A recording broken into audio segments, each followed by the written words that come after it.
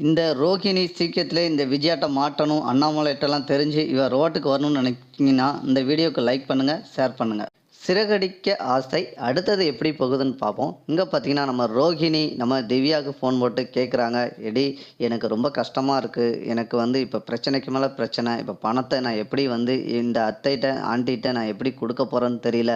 எனக்கு அந்த பணம் கிடைக்குமா, கிடைக்காதான்னு தெரியல. இந்த மனோஜ் எப்படியும் பணத்த போய் வாங்கி தேடி கண்டுபிடிச்சு வாங்குற மாரி தெரியல. எனக்கு ரொம்ப கவலையா இருக்கு. எனக்கு முந்தி அந்த மீனாவும், முத்தும் வாங்கிருவாங்களோன்னு எனக்கு பயமா இருக்கு. ஏன்னா வாங்கிட்டா அது அவங்க அப்பா காசுன்னு சொல்லி அந்த முத்து வச்சுக்கிடுவான். என் கையில பணத்த குடுக்க மாட்டான். வாய்ப்பே கிடையாது. நாங்க எப்படி கடன எப்படி மீண்டு அடைச்சு வெளிய வரப்போறோம்னு தெரியல. ஏன்னா முத்து வந்து அவ அப்பா பேச்ச கேட்பான். அவ அப்பாவும் அவன் முத்து என்ன சொல்றாரோ அத தான் கேட்பாங்க. மாமா அப்படிதான் இருப்பாங்க. இந்த மீனா அவங்களுக்கு சாதகமா சில விஷயத்த பயன்படுத்திக்கிடுவாங்க. இப்ப நானும் மனோஜ் தான் இப்ப லாஸ்ட்ல கஷ்டப்பட போறோம். எங்க கையில பணமும் கிடையாது. ஏற்கனவே உனக்கு எல்லா நிலவரமும் தெரியும். எனக்கு அப்பாவும் கிடையாது, அம்மாவும் மட்டும் ஒதுங்கியிருக்காங்கன்னு தெரியும். இன்னும் ஏன் பிரச்சனை இவங்களுக்கு தெரிஞ்சுச்சுன்னா, எப்படி இதுலேருந்து நான் வந்து மீண்டு வெளிய வரப்போறேன்னு ரோகிணி அவங்க திவ்யாட்ட பேசிட்டு ஃபோன வைக்கிறாங்க. இந்த சைட்ல மனோஜ் அந்த டைமிங்ல கரெக்ட்டா உள்ள வரான். இத கேட்டுருப்பானோ அப்படின்னு ரோகிணிக்கு பயம் குடுக்கு. அதுக்கடுத்து பார்த்தீங்கன்னா, ரோகிணிட்ட எதார்த்தமா கேட்குறான் நம்ம மனோஜ். "ஏய் நம்ம எப்படி இந்த பணத்த வந்து சிட்டி மூலியமா அவரு சொல்றியே அவர் ரவுடிங்கிறயே அவங்க மூலியமா பணத்த நம்ம வாங்கிரலாமா?" அப்படின்னு ரோகிணி கேட்குறாங்க. அப்படிதான் செய்யணும். நீ எப்படி கையாளான மாரி தான் இருக்கிற. உன்னைய வச்சு எப்படி பணத்த வாங்க முடியும்? நான் வந்து அந்த செட்டி மூலியமா தான் அந்த கோயில்ல போய் அந்த கேமரால எப்படியாவது அந்த ரெக்கார்ட வாங்கி, இந்த ஃபோன போட்டு எப்படியாவது நான் வாங்க தான் போறேன். அந்த சிட்டி தான் இதுக்கு சரியான ஆளு. வேற வழி இல்ல. அவன் ஏற்கனவே கமிஷனுக்காண்டி தான் வேல பார்க்கக்கூடியவன்.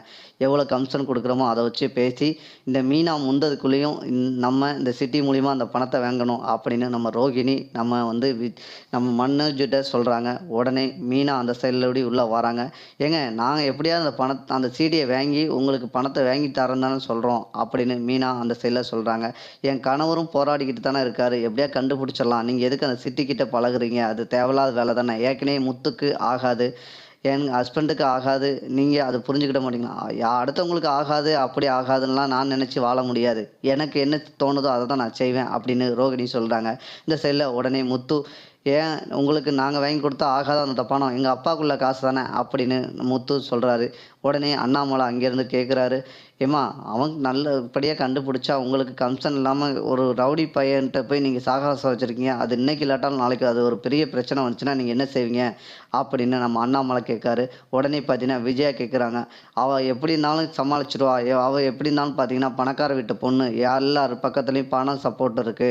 அவனுக்கு முத்துக்கு என்ன தெரியும்? அவனே ஒரு ரவுடி பைய தானே!" அப்படின்னு விஜயா நம்ம ரோகிணிக்கு சப்போர்ட்டா பேசுறாங்க. அத கேட்ட ரோகிணிக்கு கொஞ்சம் சந்தோஷமா இருக்கு. ரோகிணி எப்படி இருந்தாலும் வாங்கிருவா. நீங்க அவங்க வேலைய பாருங்கன்னு விஜயா சொன்னோனே, ரோகிணிக்கு வந்து எப்படி இருந்தாலும் நாங்க வாங்கிருவோம். நீங்க வந்து எங்களுக்காண்டி இவ்வளோ நாள் வேல பார்த்ததுக்கு ரொம்ப நன்றி அப்படின்னு நம்ம ரோகிணி சொல்றாங்க. இந்த சைட்ல உடனே முத்து சொல்றாரு, "நீங்க அன்னைக்கே சொல்லியிருந்தேன்னா நாங்க போயிருக்கவும் மாட்டோம், அலைஞ்சிருக்க மாட்டோம். எங்க அப்பா சொன்ன ஒரு வார்த்தைக்காண்டி தான் நான் அலைஞ்சுக்கிட்டு இருந்தேன்." அப்படின்னு முத்து சொல்றாரு. உடனே ரோகிணி, "எங்களுக்கு எப்படி வாங்கணும்னு தெரியும். நாங்க தானே ஏமாந்தோம்." அப்படின்னு ரோகிணி திரும்பியும் சொல்றாங்க.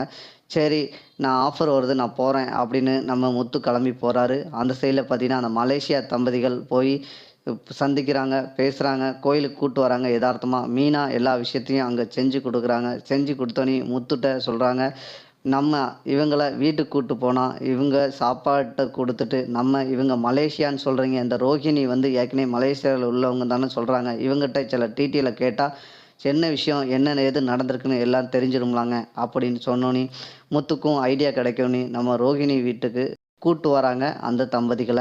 ரோகிணி படபடப்புல வீட்ல வரேன்னு கேட்ட நியூஸ கேட்டோனே நம்ம ரோகிணி பதறுதாங்க. அப்படிதான் நண்பர்களே இந்த